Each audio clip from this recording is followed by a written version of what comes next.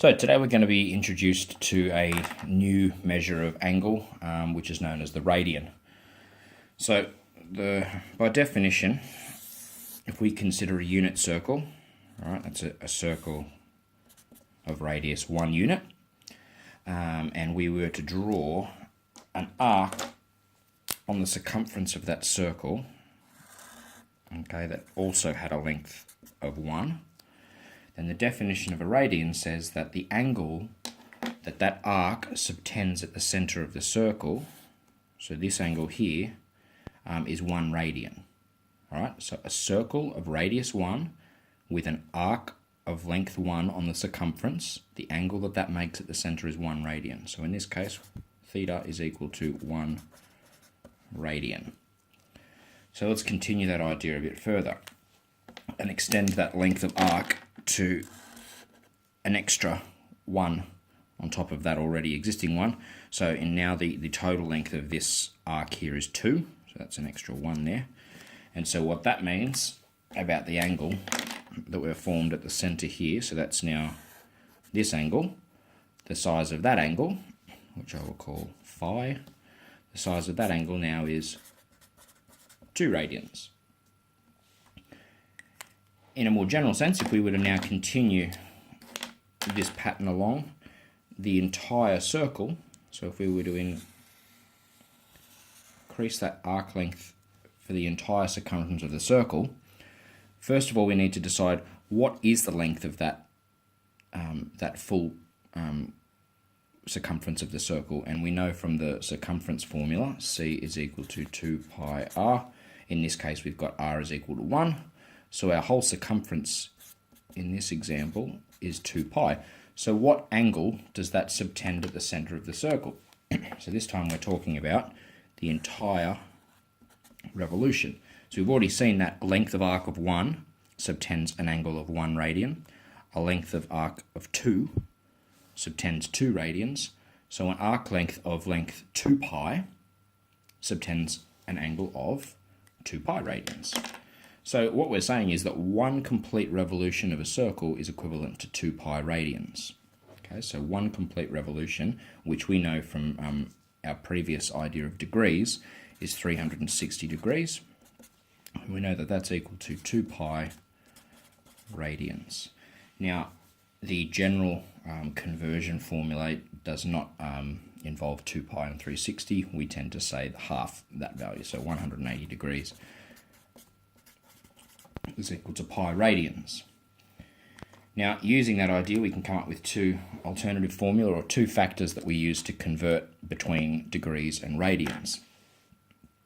So, for example, if I wanted to know what 1 degree was in radians, I would divide both sides by 180, and I would be ending up with 1 degree is equal to pi over 180 radians. And alternatively, I'll do that one over here. If I have pi radians is equal to 180 degrees, then if I were to divide both sides by pi, right, I get 1 radian is equal to 180 degrees over pi. And it's using these 2 numbers as multipliers that we're able to convert between degrees and radians and degrees. So we'll have a look at an example. So we'll convert the following to, let's go radians first. No, we'll go to degrees.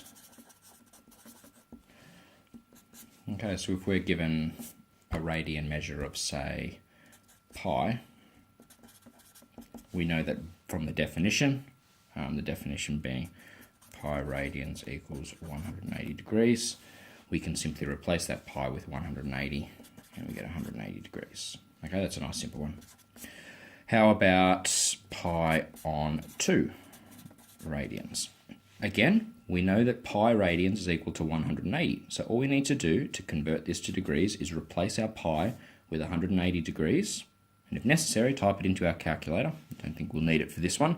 This time we get 180 on 2, which is 90 degrees for pi on 2.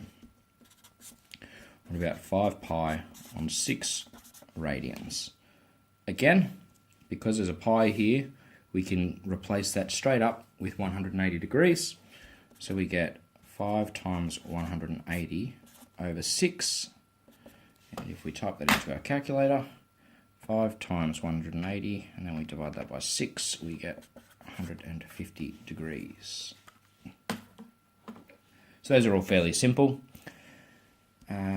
If we had something a little bit more complicated though, so obviously it's possible to express a radian in terms of a non-exact value. We could put that as a decimal. So rather than, for instance, 5 pi on 6, we could have written that as 2.62 radians. Okay, so let's try a decimal one. We'll say 1.95 radians. So what's more, why am I doing question 4? What's different about this one is that I don't have that simple, straightforward replace pi with 180 and then type it into the calculator. We've got something different here. This time I know that I have 1.95 radians, so I'm going to need to know what 1 radian is in degrees. So we go back up to our formula here, and if I want to know what 1 radian is, I'm going to divide by pi on both sides, and I end up with 1 radian is equal to 180 degrees on pi. But I don't have 1 radian, I have 1.95 radians. So to do this one, I need to multiply 1.95 by this number, this degrees conversion factor, 180 degrees over pi. I type that in, 1.95 times 180 over pi, and we end up with, let's go to the nearest minute. Okay, so we've got this thing in decimal form. So if we press our bubble button, our degrees, minutes, seconds button, that converts it to 111 degrees, 43 minutes, 36.37 seconds. Remember that there are only 60 minutes, seconds in a minute and 60 minutes in a degree. So when the seconds are 30 or above, then we need to round our minutes up. So this one to the nearest minute will be 111 degrees and 44 minutes. All right, let's go the opposite direction and convert to radians.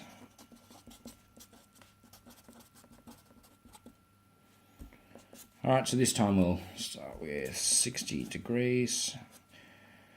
So this time, we again need to rely on our definition. Pi radians is equal to 180 degrees, but this time I want to know what 1 degree is in radians. So we divide both sides by 180, and we get 1 degree is equal to pi on 180 radians.